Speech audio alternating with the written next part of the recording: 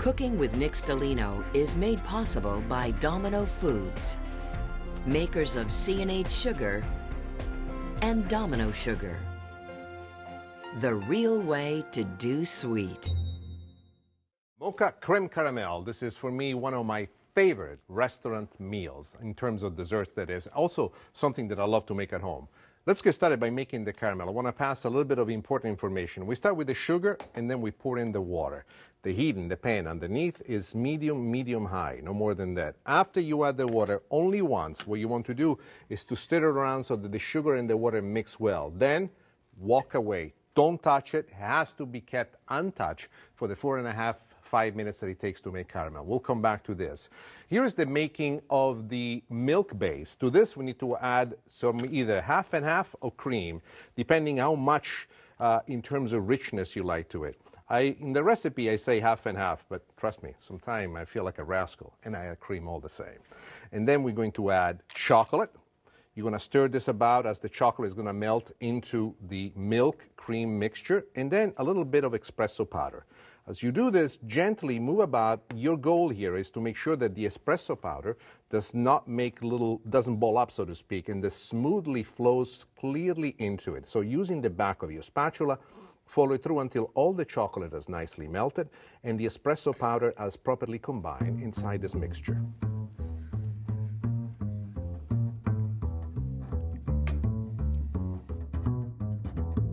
The espresso grounds are perfectly incorporated. Now, the next thing that we need to do is to attend to the eggs. Here we are. We have 3 whole eggs and 3 egg yolks. We're going to add them. Together with this, we're going to add a little bit of vanilla. And this is something that I really want to stress. When you mix the eggs together, you want to mix them, but you do not want to beat them very hard. One of the reasons is that we want to avoid to create air bubbles that will be in the mixture of the creme caramel. So break the eggs, even though these eggs are fighting me. And the reason they're fighting me is because they want their sugar. And when it comes to sugar, be generous with it. Oh, here we are. We are creating the next thing that we're going to do is called tempering the eggs. Why is that we do that? Tempering the eggs is very helpful. We basically don't cook the eggs all together, but you'll see what I do now. We take the milk and we add it in a stream, and as we add it to it, what's happening, the eggs are picking up the heat. They're not cooking all the way through, but they're starting to kind of bind already. And the reason why you want to continue stirring like this is because if you didn't, you would have some scrambled eggs.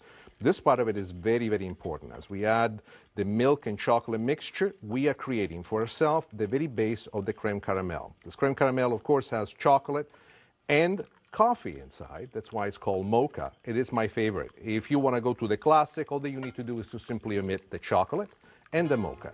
If you also want to push it to another level, one of the things that you could do is to add a liqueur of your favorite. They have a lot of chocolate liqueurs out there in the marketplace today. Even rum would work wonderfully well.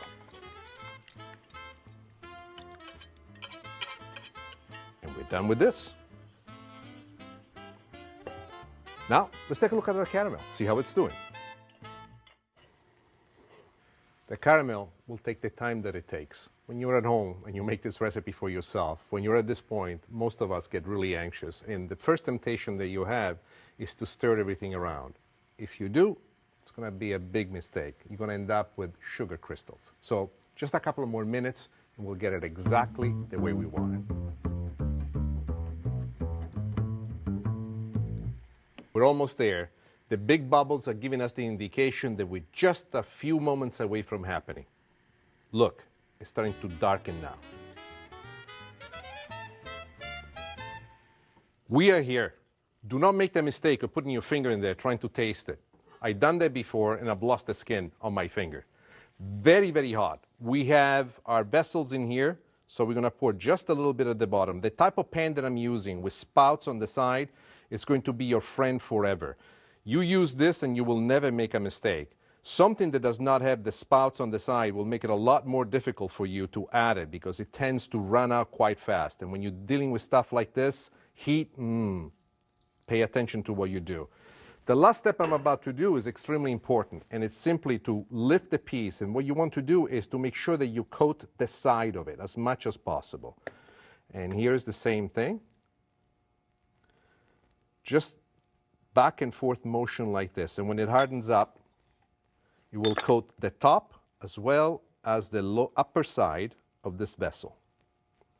When you do this at home, at this point, what you want to do, once you finish with this, you want to let the caramel rest for a few minutes until it hardens up. It will ensure that once we add the custard will not separate from it. And you will have this beautiful caramel on top later when we invert it. I have here something that I've already prepared.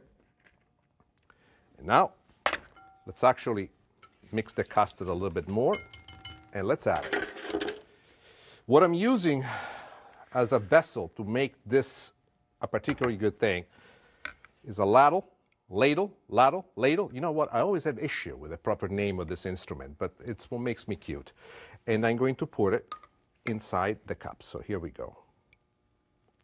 The spot on the side, fill it around this much.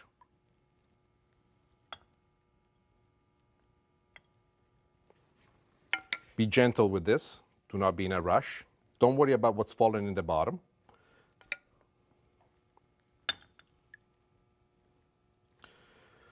To cook this, we're going to go through a process known in Italian as bagno Maria, in French, bain-marie. What it is the gentle cuddling of the cooking, which has some water at the bottom.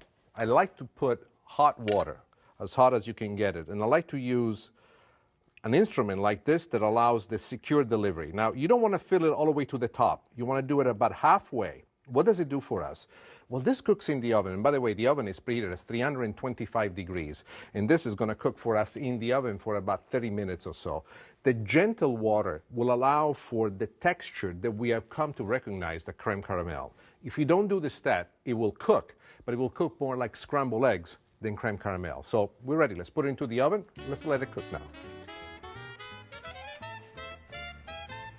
These have cooked perfectly. We have taken them out of the oven and we have let them cool. Do not do this right out of the oven because you're going to burn your hands. What I'm about to show you next is how to liberate the creme caramel from its container.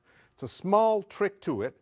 Pay attention to it, especially if you do it at home for your friends. If you get organized this way, you will never get panicky. So think up ahead and treat this almost as if it was an assembly line.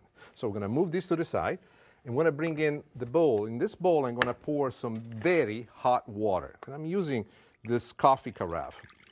This hot water is going to allow us to place the container with the creme caramel on the inside, just like this, and let it sit into the hot water for a few moments. What this will do, it will loosen up the caramel, which is at the very bottom of it, because the effect that we want to take is as soon as we turn it over, we want to make sure that the caramel pours all the way around. This technique is essential to ensure that. Once this is set here for a few moments, I'm using an offset spatula. This offset spatula, you can use a knife if you want, but I find this instrument to be most helpful.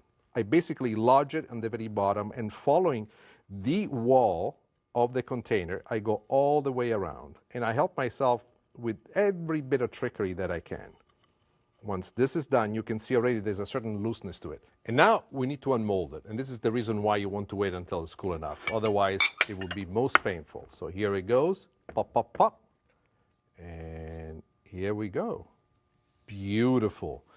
The one thing that I love the most at this point is just to fix the little mistakes that I made on the side.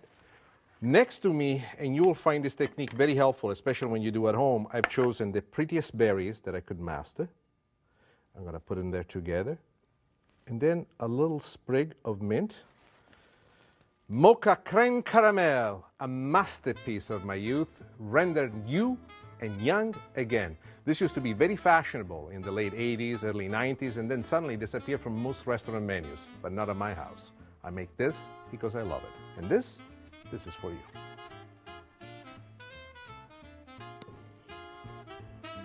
And there you go.